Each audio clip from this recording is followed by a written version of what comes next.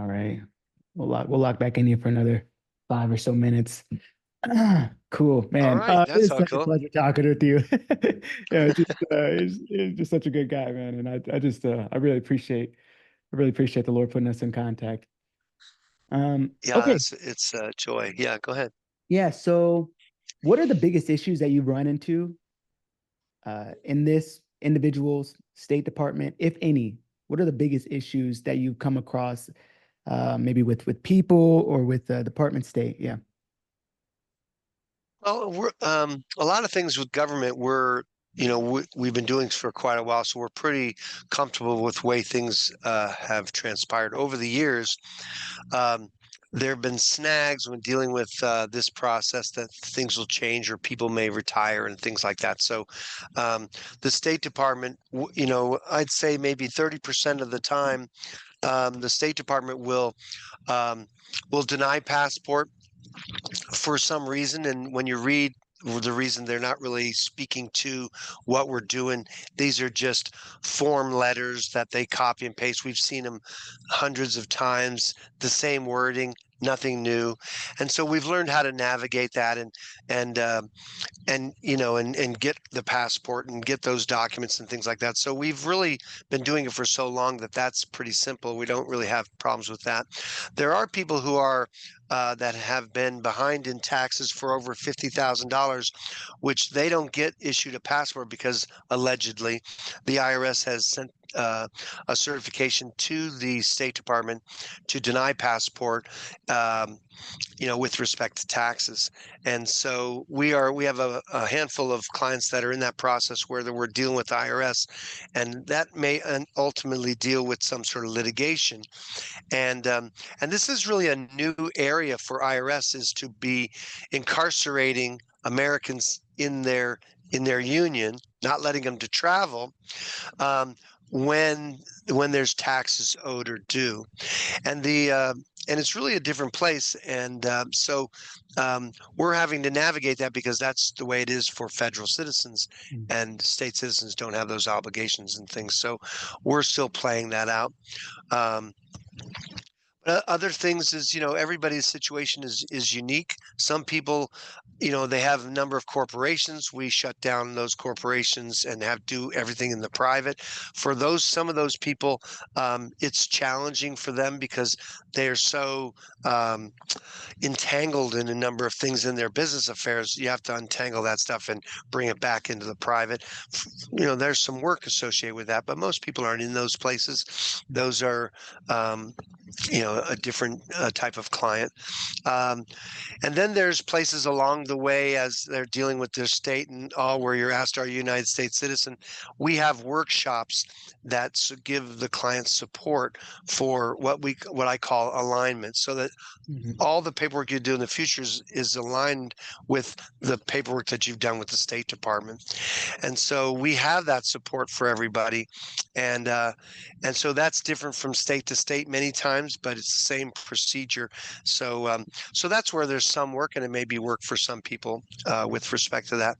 Another thing is that we've wanted clients to be all on the same page, and so the passport process is made up of two pathways. One is people; it's less expensive. They can do the passport workshop, and then they're required to take the class first, and then the passport workshop is less expensive, and they do their own paperwork. All the templates are there, and they also have access to the alignment workshop. If we do the passport process for people, it's more expensive because we're doing that work for them, for the client. We'll do all the paperwork up, um, and all the way through to their FOIA. And those clients also have access to those alignment workshops as well. So that's one of the things is we've done is we combine those so Mhm. that everybody gets all the things we have. There's other workshops we have, but they're not part of the alignment. We deal with debt discharge, and then we also deal with trusts, and so those aren't part of that passport process. They have different expenses. So but generally, this we've been doing this for quite a while, so it's pretty smooth. We've hammered out a lot of details, um, and so people will have different entanglements. I think one of the things that people are up against for themselves is really what is going on in their head, Mm, uh, because of the unknown for them, or because they're not sure. And of course, they don't know me, or sometimes these processes. Um, it's uncomfortable for people sometimes, because of the unknown or because of what's uncomfortable. They may stall or not want to do that. If somebody is struggling financially because they can't afford some of these things we're doing, we're interested in them as well. And so we have support to help people um, raise money or learn how to increase their wealth, mm, outside of the typical, oh, I have to get a job. Or, we say to people that nobody does these processes while being employed. So if people are employed, you're going to need to create wealth for yourself and make your own money, because being employed, you're not going to see the corporation join you on your journey. So, and if people have a belief about, oh, I can't do my own business, people have a fantasy about what that's about. And it can be quite wonderful, because there's no freer place with respect to creating wealth for yourself, where you are the one to decide what you get paid and when you decide to work. Because let me tell you what my wife and I call the grind, to get up every morning and go to a job, and you're punching the clock and you're mostly away, and then your life is this whole work thing, as opposed mm. to creating something that makes money for you. That is a liberating reality of creating wealth. And so we want to help people with that. And it's invigorating. It's exciting to say, wow, I'm really changing my life. And it feels that way. But it doesn't have to, you don't have to be afraid, because we have a lot of support, very personal hand-on support if you need that. You don't have to go this alone. And I think that's a blessing. Man, so amazing. Lastly, I wanted to get into, I just want to share a little bit of personal success, Mm, where again, they give me a 1099, that's, yeah, I wouldn't call myself a 1099, but they give me a right, 1099. I would call myself right, a contractor of sorts right, that I'm mm, doing, they're paying me for a service that I'm doing for them. And right. so, because as a professional athlete, I don't do a W-2 that they send over an information request form, a W-9, and then, Yep, and so going through the passport process, and there's some templates that you guys have offered, a W-9 and then a mm, W-8. And that's right. this is a substitute W-9 and a substitute W-8, which is a certification of foreign status. And so I was able to use that on with a I did a match, where I got paid a Yep, bonus of yep, 6,000 or something like that, and hmm, so it was super easy. I printed out the forms, got yep, it signed, had my cover letter on there, gave it to them, and as easy as that. Just right. so it was really cool to be able to experience that. And then I did want to just as a personal, just to see how you kind of work a little bit, is that there's online forms too. So I had mentioned a little bit about someone had reached out to me about participating in insurance, right? And so they had reached out, and then they would be giving me a W-9, so I'd be a contractor for them. And so on the online, they didn't have the option for me to give them those sub, because they want me to make an account, and then so I see the W-9 there, and I'm like, okay, hey, I can't do this. So is there any way that I can send you guys my forms? And so Yep. I did end up filling it out, but I said, Before you guys pay me before we do any of that, I'm gonna send you guys some forms um, so that way, you can make any Yep. corrections necessary. That's okay to Right. do. Is that a Yeah, no, absolutely. And listen, they all have ways to do it. Just listen, anytime, and most of these are just corporate or policies, and they're not used to dealing with people who are Mhm, outside that situation. So we want to offer a lot of patience with people in that.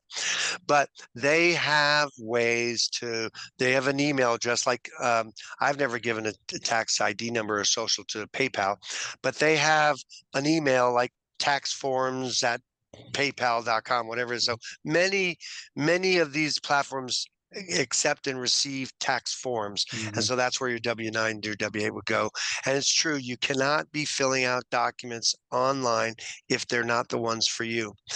And it's less important to withhold the social. I mean, it's okay to give the social verbally or something if they're saying, "Oh, we got to have the social," but they're not really they don't really mean they don't really know what it is that they need or got to have because they don't know what the tax code says. Mhm. They're in this traditional mode. They just want their documents filled out, and Mhm. they don't even care about anything, whether you're submitting things under penalty of perjury or whatever. So they don't really know what they want. They feel like they have to do something, and they don't know that the first word on a W-9 is the word request. It's Request. not a demand for a tax ID number. There is no have tos. You know, on the passport process that says, the instruction says, information provided on this form is voluntary. Mhm. Well, if the State Department says that the information providing for getting a passport is voluntary, an insurance form, these other things, oh, come on. You know, Mhm. all information is voluntary. And so there's no compelling information in America. So, Mhm. so the idea is that if you'll either can amend their forms to make them true, or you can upload your documents like that, but you cannot fill out bad paperwork. Mhm. Mhm. That's that, and so there's always a way.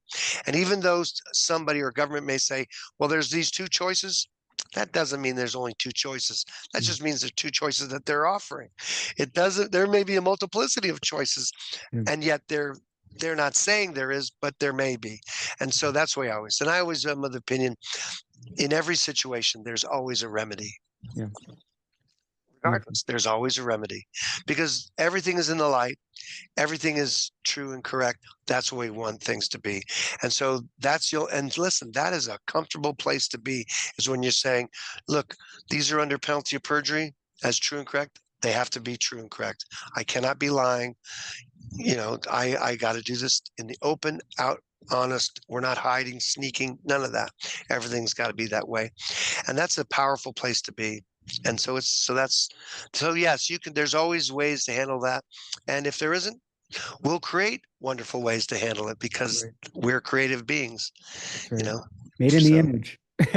yeah, exactly. So that's cool. Well, I do appreciate you, Christopher. Again, we'll be talking here very Likewise. soon again, and All we'll be right. in touch. But much love to you. I'm gonna stop the recording, and then I just wanted to run by something with you real quick. Okay. But I'm gonna go ahead and stop this recording. Much love, guys. Thank you, guys, and again, check out destinationfreedom.org, and see you.